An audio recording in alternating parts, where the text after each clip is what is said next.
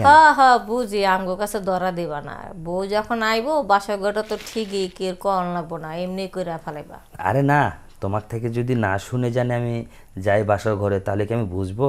হয়তো কোথা থেকে কোথায় চলে যাব তার তো কোনো হিসাব থাকবে না। এই জন্য তো বলতেছি, রাত বেশি হয়ে গেছে, সবাই ঘুমা রয়েছে, 1 ঘন্টা সময় দিয়ে যাও, বাসা ঘরকে এমনি করে এটা শিখাই দিব মনে। হ্যাঁ ভাবি, হ্যাঁ, কি খবর? কি ব্যাপার এত রাত্রে তুমি ফোন দিলা? ঘুমাও নাই? ঘুম কি ধরে? সবাই মিলা তো তোমার বাইরে বাইরে পাঠা দিলা, এখন একা একা থাকি।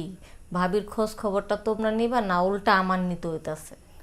আচ্ছা শোনো, তুমি খোঁজ খবর নিবা তোমার নিজের যে দেবর আছে সেই দেবরের সঙ্গে। আমরা তো চার শ্বশুরের মানে পাড়া প্রতিবেশী একটা দেবর, তা আমাদের কাছে ফোন দিয়ে এই দুঃখের কথাটা কেমনে বললা তুমি? আরে, নিজের ঘরের দেওর তো একবারে ঘরের পরিবারের মতন লোক।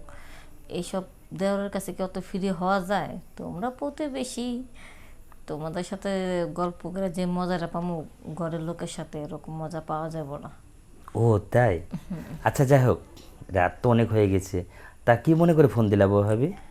ঘুম ধরতেছে না, একটু ঘুম পাড়ায় দাও। এই তাই? জন্য। হুম। আরে আমি কি এই দূর থেকে কি ঘুম পাড়ায় দিতে পারবো? পারবা পারবা, ইচ্ছা করলে সবই পারবা। এই যে আমার মাথাটা গরম হয়ে আছে, একটু মিষ্টি মিষ্টি কথা বললে তো ঠান্ডা করতে পারো। তাই? আসলে মাথায় যদি গরম হয়ে থাকে তাহলে ওই যে একটা নবরত্ন তেল আছে না, ওই তেলটা মাথায় দিলে চান্দিটা পুরো ঠান্ডা হয়ে যাবে। হুম, ওইটা তো মনে করো মাথা ঠান্ডা করলো, তবে মনের মধ্যে যে ঠান্ডা, যে ঠান্ডাটা প্রয়োজন সেটা তো ও আচ্ছা তুমি আচ্ছা, ছাড়া কেউ ঠান্ডা করতে পারবো বুঝতে না। পারছি। মানে ভাই যাওয়ার পরে তোমার বুকের মধ্যে যে আগুনটা জ্বালায় আছে সেই আগুনটা নিভাতে হবে, তাই তো? হুম, কেন বুঝো না? কি করতে হইব? মনে আসলে হইতেছে একবার ভাজা মাছটা উল্টা খাইতে পারো না। আসলে ভাবি একটা কথা কি, উম, তোমাকে ভাবি বলে ডাকি তো, কারণ ওইরকমভাবে তো কিছু বলতে পারি না, তাই একটু মানে লজ্জা শরম করে করে বলতে হচ্ছে। তো ভাইয়ের কাজটা কি আমাকে দিয়ে করতে হবে?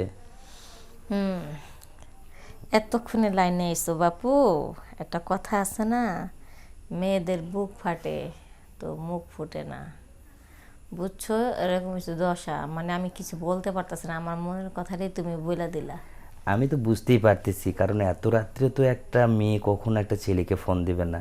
আর ফোন দেওয়ার উদ্দেশ্যটা হলো এই, তোমার আগুন নেভাতে হবে, এই তো? শুধু আগুন? আগুন তো পা থেকে মাথা পর্যন্ত পুরাটা আগুন ধরে রয়েছে। তাই? শোনো একটা কাজ করি, বাসায় কারেন্ট আছে?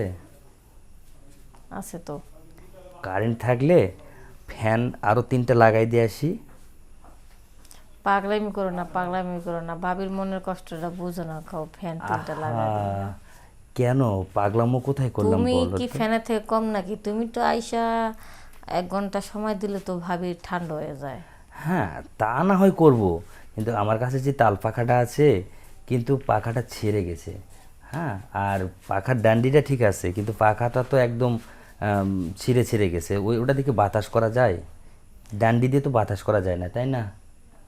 ও ডান্ডিটা হলেই চলবে, বাতাস কিভাবে বাইর করতে হয় এটা আমি বাইর করে নি। মানে তুমি আসো, ভাল লাগতেছে না, আসো তো। বাবা রে, ওই ডান্ডি হ্যাঁকাই তুমি বাতাস বের করবা?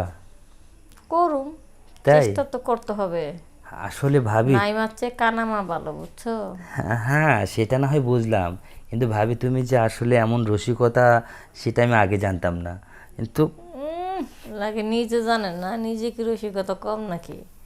তুমি শিখিয়ে দিতে পারবা তো? তোমার বাইরে যখন শিখেছি আর তোমাকে শিখাতে পারুম না?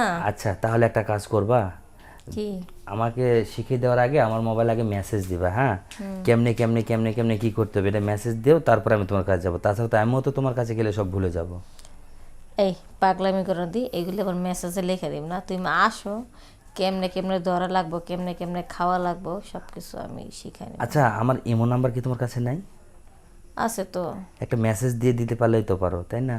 আচ্ছা ঠিক আছে, তোমার তুমি যখন এমন তো করে বলতেছো আমি দিয়ে দেবো। আচ্ছা শোনো, তোমার মনটা যেটা চায় না সেটা একটু মেসেজ করে আমাকে লিখে দাও, দেখি আমি কত দূর পর্যন্ত এগিয়ে যেতে পারি তোমার কাছে।